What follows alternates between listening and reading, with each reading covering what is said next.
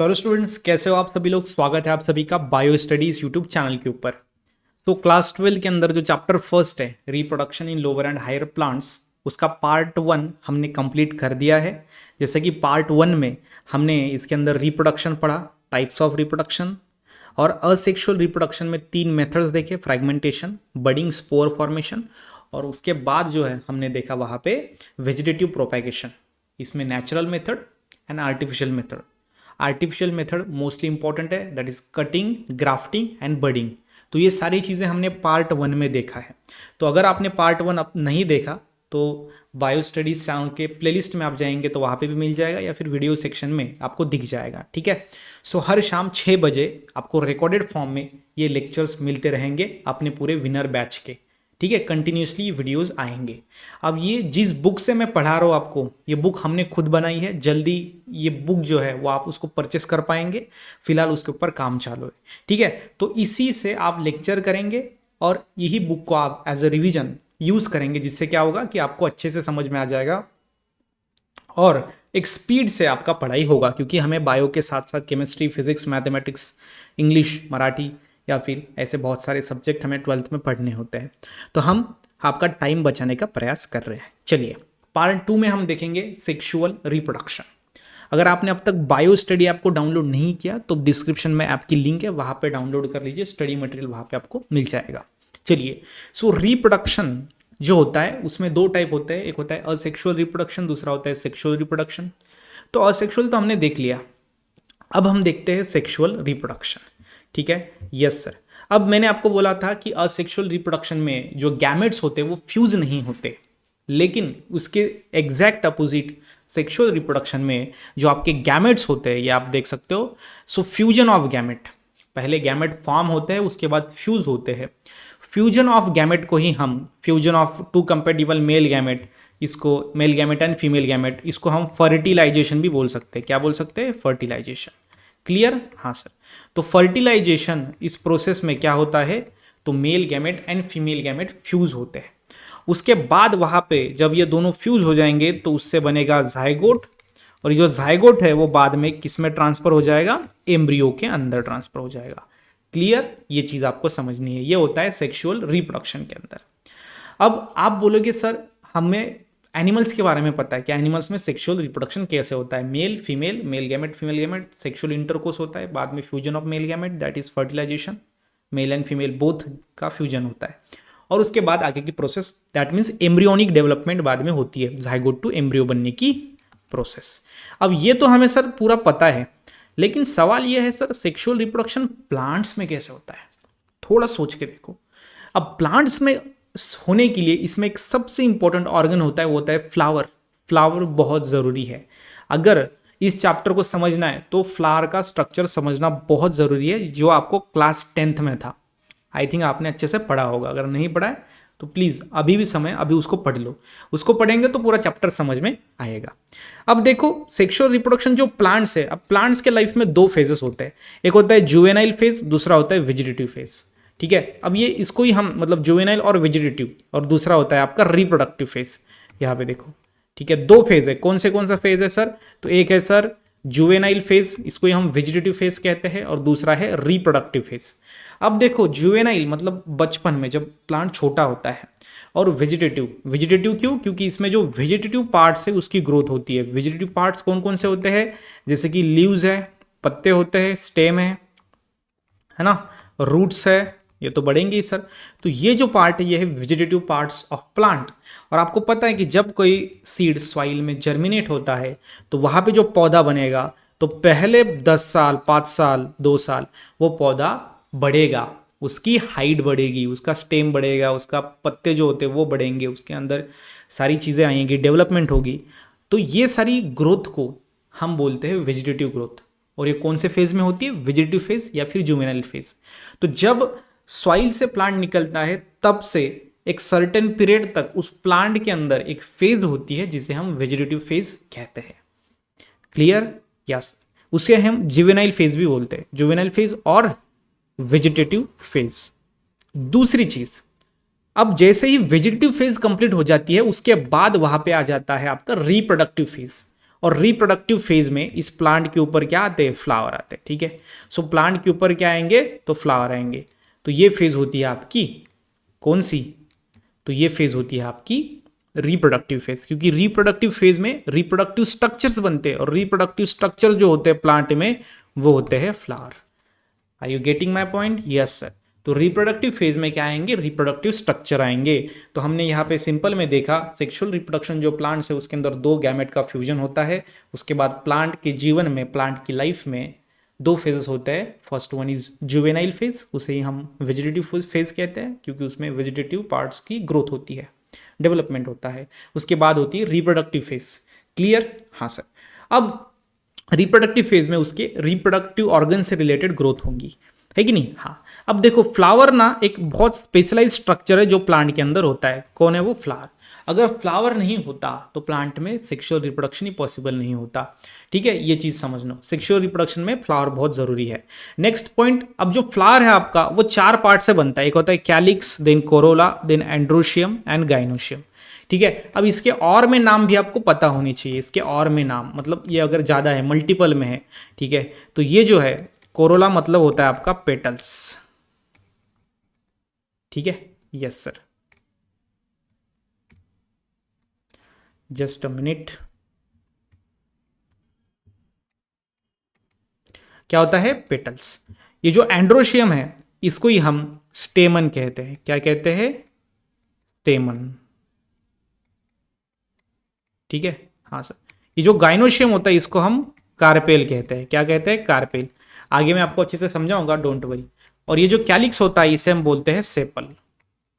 क्या बोलता है, सेपल, ठीक है। हाँ सर, ये चीज आपको याद रखनी है। तो जो प्लांट होते हैं उसके अंदर फ्लावर बहुत जरूरी है, इंपॉर्टेंट है। और फ्लावर के चार स्ट्रक्चर है, एक calyx, corolla, androecium and gynoecium. Are you getting, yes, clear. अब देखो सेक्सुअल रिप्रोडक्शन में सबसे बड़ा जो पॉइंट होता है ना वो होता है उसके अंदर होता है मियोसिस। क्या होता है, मियोसिस। आपको यहाँ पे समझाता हूँ, ठीक है। यहाँ पे थोड़ा ध्यान दीजिए। अब देखो जो रिप्रोडक्शन होता है उसके अंदर होता है fusion of male gamete and female gamete, reproduction,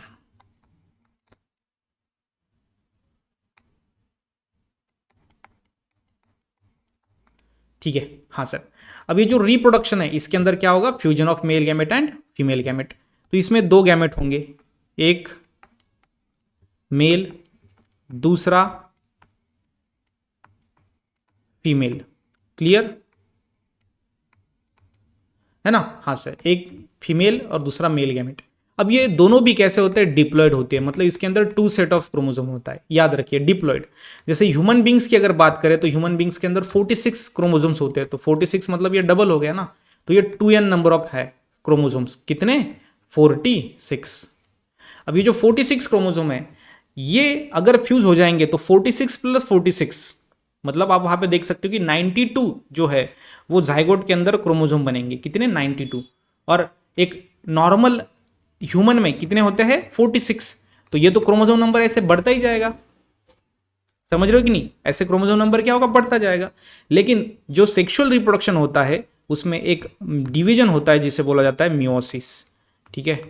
meiosis, ये डिवीजन बहुत जरूरी है, जिससे क्या होता है कि क्रोमोसोम नंबर रिड्यूस हो जाता है। मतलब फीमेल में जब फीमेल गैमेट बनेगा तो उसमें हाफ नंबर ऑफ क्रोमोसोम रहेंगे 23, और मेल में भी हाफ नंबर ऑफ क्रोमोसोम रहेंगे 23। और दोनों भी जब फ्यूज हो जाएंगे तो यहाँ पे डिप्लॉयड नंबर ऑफ क्या बनेगा, जाइगोट बनेगा। मतलब क्या कि ये जो नॉर्मल लेवल है, ठीक है, यहाँ पे आप देख सकते हो अच्छे से। तो यहाँ पे एक नॉर्मल जो लेवल है अडल्ट के अंदर या फिर नॉर्मल क्रोमोसोम नंबर वो रिस्टोर हो जा रहा है। अगर मियोसिस नहीं होता, मुझे आप बताइए, क्रोमोसोम नंबर तो बढ़ता ही जाता ना फिर 92, अगले जनरेशन में 92 मेल गैमेट के अंदर 92 फीमेल गैमेट, तो दोनों ऐसे बढ़ते जाता। क्रोमोसोम नंबर बढ़ेगा तो हमारे स्ट्रक्चर्स भी बढ़ेंगे, हमारे अंदर एक्सप्रेशंस ऑफ कैरेक्टर भी चेंज हो जाएगा। तो ये चीज़ आपको क्या करनी है, अच्छे से याद रखनी है about the sexual reproduction in plants. तो मियोसिस एक बहुत इंपॉर्टेंट पॉइंट होता है सेक्सुअल रिप्रोडक्शन के अंदर। उसके बाद जो वेरिएशन होते हैं वो स्पेसीज के लिए इवोल्यूशन के लिए बहुत ज़रूरी है। अब इवोल्यूशन मतलब क्या कि देखो कोई स्पेसीज एक सिंपल होता है पहले, उसके अंदर धीरे धीरे चेंजेस आके उस स्पेसीज का इवोल्यूशन होता है। ये चीज़ आपको याद रखनी है।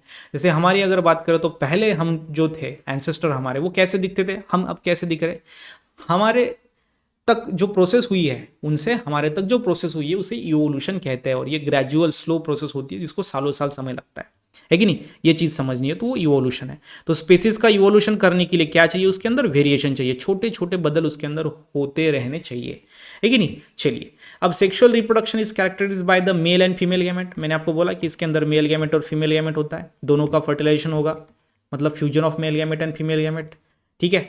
और बाद में फिर जाइगोट बनेगा, जाइगोट से फिर एम्ब्रियोजेनेसिस प्रोसेस होगी और उससे फिर क्या बनेगा, तो एम्ब्रियो बनेगा। क्लियर, हाँ सर, ये चीज समझनी है। अब देखते हैं, अब एक चीज जो मैं आपको यहाँ पे अच्छे से समझाने जा रहा हूँ वो है ये स्ट्रक्चर ऑफ फ्लावर। ये जरूरी है, अगर ये आपने समझ लिया तो पूरा चैप्टर समझ में आ जाएगा। चलिए समझते हैं इसको। देखो यहाँ पे ना 3 पार्ट है, कौन कौन से, देखिए ये है इधर स्टिग्मा, ये कौन सा पार्ट है, स्टिग्मा। उसके बाद यहाँ पे बीच में है स्टाइल, और यहाँ पे जो पार्ट है ये है ओवरी। तो जो येलो पार्ट में यहाँ पे दिखा रहा हूं ये है फीमेल का पार्ट, पहला स्टिग्मा, दूसरा स्टाइल, तीसरा ओवरी। क्लियर, हाँ सर। अब उसके बाद अब हम देखेंगे यहाँ पे, ये फीमेल का पार्ट हो गया, मेल का पार्ट देखते हैं। मेल का पार्ट ये है आपका एंथर, ठीक है, ये देखो इधर से, ये एंथर और ये है फिलामेंट, ये है एंथर, ये है फिलामेंट, ये बहुत सारे हैं एंथर, है कि नहीं, हाँ सर। तो जो ग्रीन वाला पार्ट आपको दिख रहा है वो है मेल का पार्ट, और जो येलो वाला पार्ट दिख रहा है आपको वो है फीमेल का पार्ट। तो फीमेल का पार्ट कितनी चीजों से बन रहा है, 3, एक स्टिग्मा, दूसरा स्टाइल और तीसरा ओवरी, है कि नहीं। उसके साथ ही साथ जो मेल वाला पार्ट है वो 2 चीजों से बन रहा है, एक एंथर और दूसरा फिलामेंट। एंथर और फिलामेंट को मिला के उसको बोलते हैं हम स्टेमन, और स्टेमन को ही दूसरा नाम क्या है, एंड्रोसियम। क्या बोलेंगे इसको, एंड्रोसियम। मैंने आपको अभी बताया इसके पहले। और ये जो पिस्टिल है इसको ही हम क्या बोलते हैं, तो कार्पेल बोलते हैं। एक तो इसको कार्पेल बोलेंगे या फिर इसको हम गाइनोशियम भी बोलेंगे। समझ में आ रहा है, दिख रहा है आपको, हाँ सर। तो ये हो गए 3 पार्ट फीमेल के। फीमेल रिप्रोडक्टिव वर्ल्ड जिसे बोला जाता है कि फ्लावर में 2 वर्ल्ड होते हैं। वर्ल्ड मतलब क्या, group of organs, reproductive organs का ग्रुप। तो एक फीमेल वर्ल्ड होता है, एक मेल वर्ल्ड होता है ना। फीमेल वर्ल आपका बनता है स्टिग्मा, स्टाइल, ओवरी से, जिसे हम कार्पेल या फिर गाइनोशियम बोलेंगे। ठीक है सर, यहां तक समझ में आ गया। आगे बढ़िए, देखो आगे क्या होता है। तो ये पेटल्स मतलब ही करोला, और कैलिक्स मतलब सेपल, है ना। ये चीज समझनी है। पेटल्स क्या करते हैं, फ्लावर को प्रोटेक्ट करते हैं और इंसेक्ट को अट्रैक्ट करते हैं। अब ये इंसेक्ट को क्यों अट्रैक्ट करते हैं वो मैं आपको बताऊंगा, क्योंकि फ्लावर जो होते हैं ना वो ब्यूटीफुल क्यों है, कलरफुल क्यों है, क्योंकि वो इंसेक्ट को अट्रैक्ट करते हैं। इंसेक्ट आएंगे तो क्या होगा, आगे आपको लेक्चर में समझ में आएगा। और ये जो कैलिक्स है इसका भी काम है प्रोटेक्टिव करना अंदर के रिप्रोडक्टिव वर्ल्ड को। क्लियर, हाँ सर। अब ये जो स्टिग्मा होता है ये इधर है, इधर स्टिग्मा है, और ये एंथर है, ये एंथर पे क्या होता है, पोलन ग्रेन बनते हैं, और ये पोलन ग्रेन ऐसे यहाँ पे स्टिग्मा पे जाते हैं। क्लियर, स्टिग्मा पे जाने के बाद उस पोलन ग्रेन से मेल गैमेट बनता है। क्या बनता है, मेल गैमेट। क्या बनता है, मेल गैमेट। इस स्टिग्मा पे जाके याद रखिए, एंथर पे क्या रहेंगे, पोलन ग्रेन। ठीक है, मैं यहाँ पे लिखता हूं पोलन ग्रेन। ये जो पोलन ग्रेन है ये जाएंगे आपके स्टिग्मा के ऊपर, जिस प्रोसेस को बोला जाता है pollination. The process of transfer of pollen grain from anther to the stigma is known as pollination. तो ये पॉलिनेशन प्रोसेस होगा। बाद में स्टिग्मा पे जाने के बाद उस पोलन ग्रेन से मेल गैमेट बनेंगे, और ये मेल गैमेट फिर बाद में ये आपका जो स्टिग्मा है उसके बाद ये स्टाइल है उससे ये नीचे आएंगे, और यहाँ पे ये ओवरी के अंदर होता है ओव्यूल, उस ओव्यूल के अंदर एक एग और बीच में सेकेंडरी न्यूक्लियस होता है, उसके साथ वो जाके फ्यूज हो जाएंगे। मेल गैमेट याद रखना 2 बनेंगे। क्यों बनेंगे 2, आगे आपको समझ में आ जाएगा धीरे धीरे एक एक प्रोसेस। हालांकि मैं आपको सिर्फ बेसिक समझा रहा हूँ। तो ये फ्लावर का स्ट्रक्चर बहुत बहुत जरूरी है, जिसको ये समझ में आ गया वही आगे इस चैप्टर को समझ पाएगा। ये आपको क्लास 10th में था, है कि नहीं। चलिए आगे बढ़ते हैं। अब ये हो गया आपका सेक्सुअल रिप्रोडक्शन, और सेक्सुअल रिप्रोडक्शन में क्या क्या जरूरी है मैंने आपको बताया। सेक्सुअल रिप्रोडक्शन में एक फ्लावर का structure one of the most important structure है इस चैप्टर के अंदर, तो वो आपको समझ में आ गया। चलिए अब मैं आपको बताता हूँ, 2 चीजें यहाँ पे है, 2 चीजें। अब सिंपल है, सेक्सुअल रिप्रोडक्शन में 2 चीजों को बनना बहुत जरूरी है, एक मेल गैमेट एक फीमेल गैमेट। तो इस प्लांट के अंदर 2 प्रोसेसेस बहुत जरूरी है। एक है मेगास्पोरोजेनेसिस, ठीक है, समझ लीजिए यहाँ पे क्या है। एक है मेगास्पोरोजेनेसिस और दूसरा है माइक्रोस्पोरोजेनेसिस। ठीक है ना, कितने हैं? प्रोसेस 2। मेगास्पोरोजेनेसिस में क्या होता है? मेगास्पोर जो है वो बनता है, मेगास्पोर्स। क्या बनता है? मेगास्पोर। माइक्रोस्पोरोजेनेसिस में क्या बनता है? माइक्रोस्पोर। सिंपल है कि नहीं? कितना सर इजी है, बहुत सर इजी है ना। मेगास्पोरोजेनेसिस में क्या बनेगा? मेगास्पोर। माइक्रोस्पोरोजेनेसिस में क्या बनेगा? माइक्रोस्पोर। अब ये जो मेगास्पोर है, ठीक है, मैं यहां पे लिखता हूं मेगास्पोर, और यहां पे लिखेंगे हम माइक्रोस्पोर। मेगास्पोर मतलब ही आपका हो गया फीमेल गैमेट, ठीक है, yes sir, female gamete. 7 cell 8 nucleotide structure होता है, बाद में आपको समझेगा। और माइक्रोस्पोर मतलब ही होता है आपका मेल गैमेट, या फिर इसको बोलेंगे पोलन ग्रेन, क्योंकि पोलन ग्रेन से बाद में मेल गैमेट बनेंगे ना, हाँ या ना? हाँ सर, तो इसको मेल गैमेट या फिर हम उसको पोलन ग्रेन भी बोल सकते हैं। Are you getting? हाँ सर। तो दो चीजें हैं सर, एक है मेगास्पोरोजेनेसिस जिसके अंदर डेवलपमेंट ऑफ फीमेल गैमेटोफाइट होगा, और microsporogenesis development of male gametophyte.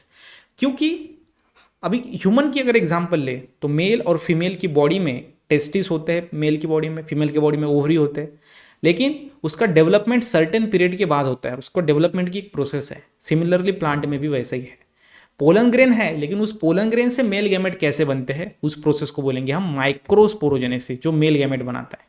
Pollen grain male gamete है ना, हाँ जी। और जो मेगास्पोरोजेनेसिस है, जिसमें क्या होता है कि आपका जो ओव्यूल है, ठीक है, यहाँ पे मैं स्ट्रक्चर आपको बताता हूँ। ये स्टिग्मा, ये स्टाइल, ये ओहरी हमने अभी अभी समझा। तो अगर हम मेगास्पोरोजेनेसिस की बात करें तो ये आपका होता है ओवरी, याद रखिए ओवरी, ये अलग ओवरी है, ठीक है। तो ओवरी में क्या होता है? ओव्यूल, और ये जो ओव्यूल है उससे क्या बनता है? Female gamete, female gamete. तो ये फीमेल गैमेट बनने की प्रोसेस को हम बोलेंगे मेगास्पोरोजेनेसिस, ठीक है, क्लियर? हाँ। दूसरी चीज, अब मेगास्पोरोजेनेसिस समझ में आ गया। माइक्रोस्पोरोजेनेसिस क्या होगा कि इधर से जो स्टेमन है, ये मतलब एंथर, और ये आपका आ जाएगा ये एंथर और फिलामेंट, ये दोनों। तो ये जो एंथर है, यहां से पोलन ग्रेन बनेंगे, वो ये स्टिग्मा पे जाएंगे, और स्टिग्मा पे जाके वहां पे बनेंगे मेल गैमेट। क्या बनेगा? तो मेल गैमेट बनेगा सर। और यह एंथर से पोलन ग्रेन स्टिग्मा पे जाके जब मेल गैमेट बनाते हैं तो उस प्रोसेस को हम बोलेंगे माइक्रोस्पोरोजेनेसिस। क्लियर? Yes sir. तो एक एक चीजों को समझते हैं। चलिए अब पहले हम देखते हैं माइक्रोस्पोरोजेनेसिस मतलब ही यहाँ पे पोलन ग्रेन कैसे बनेंगे, और पोलन ग्रेन से बाद में मेल गैमेट कैसे बनेगा, ये पहले देखते हैं। उसके बाद हम देखेंगे फीमेल गैमेटोफाइट का डेवलपमेंट कैसा होता है और फीमेल गैमेट कैसे बनेगा, और दोनों का फिर बाद में फ्यूजन होगा, तो वो आगे की प्रोसेस है, ठीक है। इस लेक्चर नंबर 2 में हमने अब तक देखा सेक्सुअल रिप्रोडक्शन के अंदर क्या इंपॉर्टेंट चीजें होती है। फ्लावर का स्ट्रक्चर, क्योंकि फ्लावर बहुत जरूरी है प्लांट के बॉडी के अंदर सेक्सुअल रिप्रोडक्शन के लिए। और साथ ही साथ अब हम देखेंगे इधर कि मेल गैमेटोफाइट जो होता है या फिर मेल गैमेट जो है वो कैसे बनेगा, है कि नहीं। तो ये चीजें आपको अच्छे से याद में रखनी है। अब हम देखेंगे आगे की प्रोसेस, दैट इज माइक्रोस्पोरोजेनेसिस। देखो, it is the process of formation of haploid microspore from the diploid megaspore mother से, ठीक है, यस सर। तो मेगास्पोर मदर सेल से, एमएमसी से क्या बनाना है हमको? माइक्रोस्पोर बनाना है। क्या बनाना है? माइक्रोस्पोर, ठीक है। तो ये हम देखेंगे माइक्रोस्पोर। माइक्रोस्पोर कहाँ पे बनेगा? एंथर के अंदर, ठीक है, एक एक देखेंगे। माइक्रोस्पोर मतलब ही ये बाद में आगे चल के इसको हम क्या बोलेंगे? Pollen grain. माइक्रोस्पोर मतलब ही पोलन ग्रेन, और ये जो पोलन ग्रेन है आगे चल के क्या बनाएगा? Male gamete. क्या बनाएगा? Male gamete. ये चीज याद रखनी है। अब स्ट्रक्चर ऑफ एंथर समझते हैं। एंथर कहाँ पे था? ये था अपना स्टिग्मा, ये स्टाइल, ये ओहरी, और ये बाजू से जो निकला था ना ये ऐसा, वो था एंथर।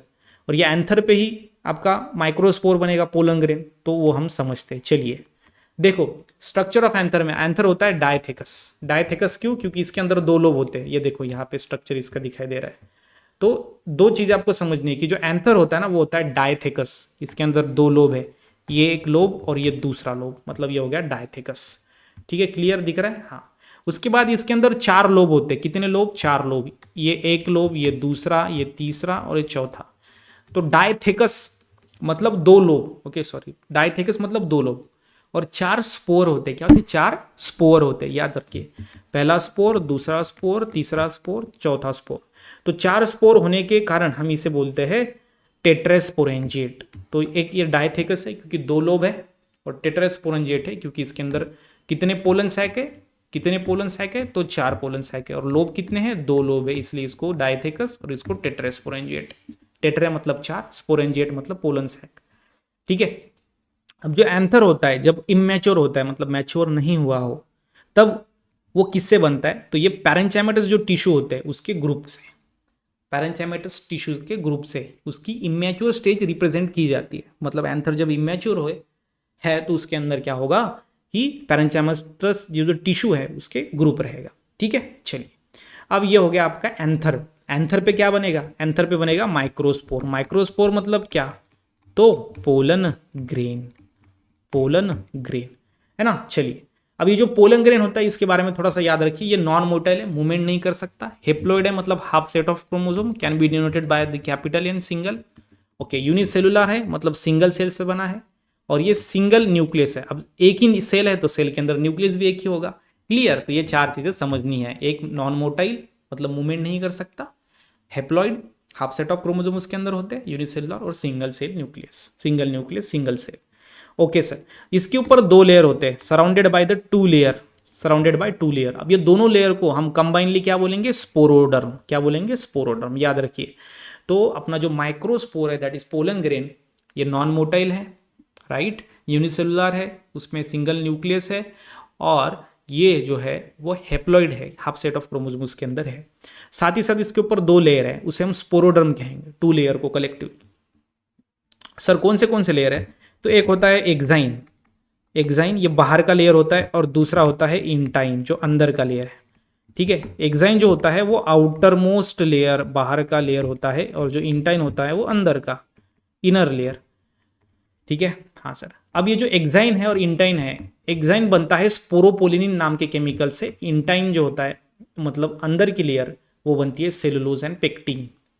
ठीक है, ये बनता है स्पोरोपोलिनिन नाम के केमिकल से, और ये बनता है ओके, इनर लेयर जो होता है इंटाइन, सेलुलोज एंड पेक्टिन। ठीक है, ये 2 केमिकल से ये इंटाइन बनता है, अंदर की लेयर, एक्साइन बाहर की। अब इधर कंफ्यूजन होता है इंटाइन अंदर की कि एक्साइन बाहर की, क्या कैसे? तो ई मतलब एक्सटर्नल, तो बाहर की लेयर एक्साइन, और इन मतलब अंदर, तो इंटरनल मतलब इंटाइन। क्लियर? हाँ सर, मुझे लगता है आपका ये डाउट क्लियर हो गया होगा। तो ये चीज़ें हम देख रहे हैं। हम क्या देख रहे हैं? स्ट्रक्चर ऑफ एंथर, जो कि यहाँ पे पार्ट होता है फ्लावर के अंदर। और ये ऐसा फ्लावर है जिसके अंदर मेल पार्ट भी है, फीमेल पार्ट भी है, इसलिए इसको हम बायसेक्सुअल फ्लावर कहते हैं। क्या कहते हैं? Bisexual flower, because both sex are present on the single plant और सिंगल फ्लावर। ठीक है, येस सर। इसका बेस्ट एक्झाम्पल आहे China rose, hibiscus rosa sinensis, ज्याला आपण मराठीमध्ये जास्वंद म्हणतो। क्लियर ना? हाँ सर। तो मग या एंथरवरती, ओके, ये जो एंथर रहेगा, इस एंथर के ऊपर हमने उसका एंथर का स्ट्रक्चर देखा। एंथर के ऊपर पोलन ग्रेन डेवलप होंगे जिसे हम माइक्रोस्पोर कहते हैं। वो माइक्रोस्पोर के बारे में थोड़ी इन्फॉर्मेशन जानी। अब आगे देखेंगे हम माइक्रोस्पोर के बारे में ही, कि एक तो हमने देखा ये 2 लेयर से बनता है जिसे हम स्पोरोडर्म कहते हैं, जिसमें एक एक्साइन होती है बाहर की और एक इंटाइन होती है। जो एक्साइन होती है वो स्पोरोपोलिनिन नाम के केमिकल से बनती है, मैंने अभी अभी आपको एक्सप्लेन किया। साथ ही साथ जो एक्साइन लेयर होती है वो क्या करती है? जर्म पोर्स शो करती है, जर्म पोर्स। अब सर ये किधर होता है जर्म पोर्स? ये क्या है मैं आपको बताता, सिंपल में याद रखिए। यह आपका हो गया पोलन ग्रेन, मतलब ही माइक्रोस्पोर। ये पोलन ग्रेन के ऊपर 2 लेयर है, एक बाहर की है एक्साइन और एक इंटाइन। अब ये जो बाहर की लेयर है, ठीक है ना, यस, यहाँ पे मैं नाम दे देता हूँ इसका, अच्छे से समझ में आ जाएगा आपको फिर। यह है एक्साइन, क्या है ये? एक्साइन है। ये अंदर की जो लेयर है ये है इंटाइन। अब बाहर की लेयर आप देख सकते हो किसी किसी जगह पे बहुत छोटी है, मतलब क्या कि वो वहाँ पे जर्म पोर्स दिखा रही है। क्या? जर्म पोर्स मतलब क्या? ये देख सकते हो आप, at some places exine is very thin, बहुत पतली हो जाएगी, उसे हम जर्म पोर्स कहते हैं। और ये जर्म पोर्स जो है बाद में जो पोलन ट्यूब होता है, पोलन ट्यूब उसको रास्ता दिखाने का काम करता है कि यहाँ से आपको बाहर निकलना है, क्योंकि पोलन ट्यूब आएगा और पोलन ट्यूब के अंदर से फिर मेल गैमेट आएंगे, तो आगे आपको बताता हूँ मैं। तो जर्म पोर्स का काम ये होता है। और जर्म पोर्स कौन शो करता है? Exine, which is the outermost layer of pollen grain, या फिर बोलेंगे outermost layer of microspore, because pollen grain is also known as microspore. Clear? जो इनर वाली वाल होगी इंटाइन, वो सेलुलोज और पेक्टिन से बनती है, मैंने अभी इसके पहले आपको बताया। चलिए अब हमने देखा व्हाट इज एंथर, एंथर के बारे में, स्ट्रक्चर ऑफ माइक्रोस्पोर देखा। अब देखेंगे टीएस ऑफ एंथर। एंथर को अगर हमने काट दिया, ठीक है, ये हमारा एंथर है, ठीक है। इसको हमने टीएस मतलब होता है ट्रांसवर्स सेक्शन। अब ये वीएस मतलब ये वर्टिकल सेक्शन होगा, ये होगा वीएस। हमको वीएस नहीं चाहिए, हमको चाहिए टीएस मतलब ऐसा ट्रांसवर्स सेक्शन। क्लियर? हाँ सर। तो हमने एंथर को ऐसे पकड़ा, ऐसे काटा, तो इसके अंदर क्या दिखेगा वो समझता है, that is the TS of anther. तो पहली चीज, ये जो एंथर है ये 2 सेल से डिवाइड होता है। ठीक है, इसके अंदर जो आर्चोस्पोरियल सेल से ये बनता है क्या, anther. Anther it is made up of archesporial cell. ये 2 इसमें डिवाइड हो जाती है। कौन कौन से सर? तो पहला स्पोरोजिनस सेल जो इनर है, और दूसरा है आउटर पराइटल सेल। ठीक है, तो याद रखिए इनर कौन सा है, इनर है sir, inner is the sporogenous cell, and जो आउटर है सर वो है पराइटल सेल। ये 2 सेल से बनता है, मतलब आर्चोस्पोरियल डिवाइड होता है ये 2 सेल में। आर्चोस्पोरियल ये क्या है, तो ये सेल्स है जिससे टीएस ऑफ एंथर या फिर एंथर बनेगा। तो जब उसको काटेंगे तो उसमें आर्चोस्पोरियल सेल दिखेगा जो 2 सेल में डिवाइड हो जाता है, एक स्पोरोजिनस सेल, पराइटल सेल। अब स्पोरोजिनस सेल जो होती है वो बनाती है पोलन ग्रेन्स को। Sporogenous cell form pollen grain, ये पोलन ग्रेन को तैयार करती है। और इसमें जो पराइटल सेल होती है, ठीक है, टीएस ऑफ एंथर देख रहे हैं, टीएस ऑफ एंथर में आर्चोस्पोरियल सेल 2 सेल में डिवाइड होता है, इनर एंड आउटर। तो उसमें जो इनर सेल होती है that is the sporogenous cell, वो पोलन ग्रेन बनाती है, और जो बाहर की सेल होती है that is the parietal cell, वो बनाती है आपकी, याद रखना, ये वॉल बनाती है, लेयर। एंथर के ऊपर जो पोलन ग्रेन के ऊपर जो लेयर होते हैं 4, वो ये बनाती है। क्लियर हो गया, समझ में आ गया? हाँ सर। देखो पराइटल सेल जो होते हैं वो undergoes division from the anther layer, और वो मैच्योर एंथर के अंदर 4 लेयर को बनाती है। कितने? 4 लेयर को। पराइटल सेल जो बाहर की है, और अंदर की जो स्पोरोजिनस सेल थी वो क्या बनाती है, पोलन ग्रेन। याद रखना, क्योंकि वो अंदर होती है तो अंदर पोलन ग्रेन बनाती है, बाहर की लेयर बाहर ऐसे 4 लेयर बना देती है। तो हम देखेंगे कैसे। सो इसमें 4 लेयर जो बनेंगे पराइटल सेल से, वो होगा पहला इपिडर्मिस, उसके बाद दूसरा होगा एंडोथेशियम, तीसरा होगा epidermis, endothecium, then middle layer, ये मिडल लेयर, और उसके बाद एक चौथा रहेगा ये अपना टैपेटम। ठीक है, यस सर। तो आपकी जो पराइटल लेयर थी उसने कितने लेयर बना दिए? 4 वॉल बना दिए, नॉट लेयर, वॉल। पहला इपिडर्मिस, दूसरा एंडोथेशियम, तीसरा मिडल लेयर, और चौथा टैपेटम। अब चारों के बारे में एक चीज याद रखनी है, इपिडर्मिस बाहर की लेयर, प्रोटेक्टिव लेयर है बाहर की, जैसे हमारे घर के अंदर जो बाहर की वॉल होती है वो घर को प्रोटेक्ट करती है, सिमिलरली यहाँ पे भी। एंडोथेशियम जो होता है ये रेडियली इलोंगेटेड सेल से बनता है, ये चीज याद रखनी है, सीईटी में एमसीक्यू आ जाएगा क्या, कि एंडोथेशियम बनेगा आपका रेडियली इलोंगेटेड सेल से, जो फिब्रस थिकनिंग शो करेगा। क्या करेगा? फिब्रस थिकनिंग शो करेगा। उसके बाद जो मिडल लेयर होती है ये 1 से 2 लेयर से बनती है, और जो अंदर की चौथी लेयर होती है सबसे अंदर की, ये न्यूट्रिटिव लेयर होती है, क्योंकि ये इसके अंदर पोलन ग्रेन्स डेवलप होने होते हैं, और इसलिए ये इसको नरिशमेंट प्रोवाइड करती है। अब देखो सबसे अंदर अगर पोलन ग्रेन रहा तो ये पोलन ग्रेन है, सपोज पोलन ग्रेन है, दैट इज माइक्रोस्पोर है। ठीक है, तो उसके ऊपर ये रहेंगी अपनी सबसे अंदर की, दैट इज दी टैपेटम, उसके ऊपर रहेगी मिडल लेयर, उसके ऊपर एंडोथेशियम, और उसके ऊपर इपिडर्मिस। तो इपिडर्मिस ये बाहर की लेयर है, सबसे बाहर की लेयर अगर पूछा तो क्या बोलेंगे? इपिडर्मिस। सबसे अंदर की लेयर पूछा तो क्या बोलेंगे? टैपेटम। और जो मिडल होगी वो होंगी यहाँ पे एंडोथेशियम, और ये होगी मिडल लेयर। ठीक है, ये होगी अपनी एंडोथेशियम और ये होगी मिडल लेयर। तो ये चीज़ आपको क्या करनी है? याद रखनी है। तो यहाँ पे आप देख ही सकते हो। वैसे तो देखो यहाँ पे सबसे अंदर में होंगे पोलन ग्रेन्स तैयार हो रहे हैं। क्या हो रहे हैं तैयार? Pollen grain. उसके बाद फिर ये endothecium, middle layer, endothecium, tapetum. ठीक है, tapetum, middle layer, endothecium, epidermis. तो ऐसे अंदर से बाहर और बाहर से अंदर का सीक्वेंस याद रखना है। चलिए, अब ये जो एंथर है वो अच्छे से जब डेवलप हो जाएंगे तो एंथर के जो ऊपर के जो 4 वॉल हमने देखे अभी, epidermis, endothecium, middle layer and tapetum, ये वॉल ब्रेक हो जाते हैं और अंदर के जो पोलन ग्रेन्स है वो बाहर रिलीज हो जाते हैं। तो आप बोलेंगे सर ये बाहर क्यों रिलीज हो रहे हैं? क्योंकि इस पोलन ग्रेन को याद रखिए, इस पोलन ग्रेन को कहाँ से कहाँ जाना है? या एंथर पे डेवलप होने के बाद इसको स्टिग्मा पे जाना है। स्टिग्मा पे क्यों जाना है?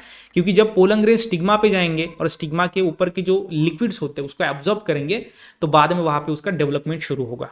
ठीक है, क्या होगा उसका शुरू? डेवलपमेंट। ये चीज आपको याद रखनी है। तो पोलन ग्रेन कहाँ से कहाँ जाएंगे? या आपका एंथर से जाएंगे स्टिग्मा के ऊपर। ठीक है, और स्टिग्मा के ऊपर जाके वहां पे उससे क्या बनेंगे? मेल गैमेट, जिसको हम बोलते हैं डेवलपमेंट ऑफ मेल गैमेटोफाइट। तो वो कैसे होता है चलिए वो भी समझते हैं इस वाले लेक्चर के अंदर, है कि नहीं? हाँ सर। चलिए अब देखो, डेवलपमेंट ऑफ मेल गैमेटोफाइट हमें समझना है।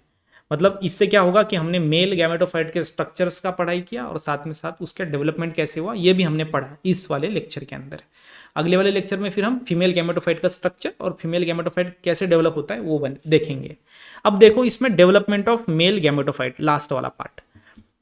अब मेल गैमेटोफाइट का डेवलपमेंट सिंपल है सर। देखो पोलन ग्रेन जो होता है ना वो माइटोटिक डिवीजन होते हैं उसके अंदर। माइटोटिक मतलब माइटोसिस डिवीजन, दो टाइप के डिवीजन होते हैं आपको पता है, एक माइटोसिस मियोसिस। माइटोसिस मतलब ही माइटोटिक और मियोटिक मतलब मियोसिस, ये चीज समझनी है। पोलन ग्रेन में जब डिवीजन होगा तो ये दो सेल को प्रोड्यूस करता है। कितने सेल को? दो। एक बड़ी वाली cell that is vegetative cell और दूसरी छोटी वाली जनरेटिव। तो वेजिटेटिव सेल बड़ी होती है, छोटी जनरेटिव सेल होती है, तो दो सेल बन गए। यहाँ पे मैं आपको डायरेक्टली इसमें ही समझाता हूँ, चलिए समझ लिए। ये आपका पोलन ग्रेन है, हाँ या ना? हाँ सर। पोलन ग्रेन की ये इंटाइन, ये पोलन ग्रेन की एक्साइन लेयर। अब इसमें डिवीजन हो गया तो दो सेल बन गए। एक बड़ी वाली सेल, ए नाम दे दिया मैंने उसको, वेजिटेटिव सेल बड़ी वाली है, छोटा जनरेटिव सेल ये।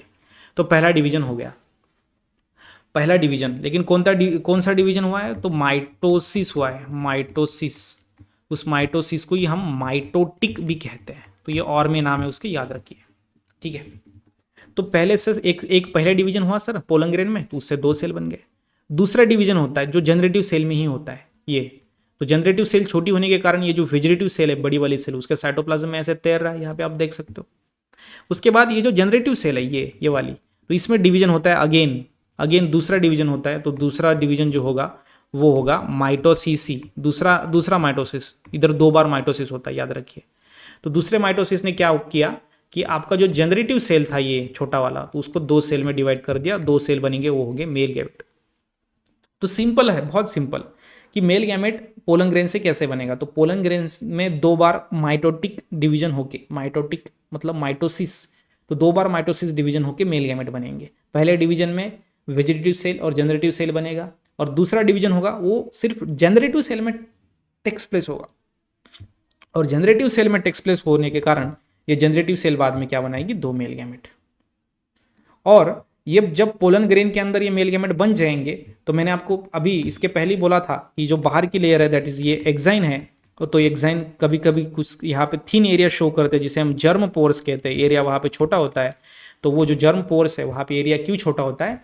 क्योंकि बाद में क्या होता है, जब मेल गैमेट बन जाएंगे तो ये पोलन ट्यूब बाहर निकलेगा। और पोलन ट्यूब जो है कहाँ से बाहर निकलेगा? Germ pores. क्योंकि जर्म पोर्स में क्या है? एरियाज थिन है जहाँ से बाहर निकलने के लिए हेल्प होगा। या फिर अल्टीमेटली डायरेक्टली ये जो जर्म पोर्स होते हैं ये पोलन ट्यूब को डायरेक्शन बताते हैं कि यहाँ से आपको बाहर निकलना है।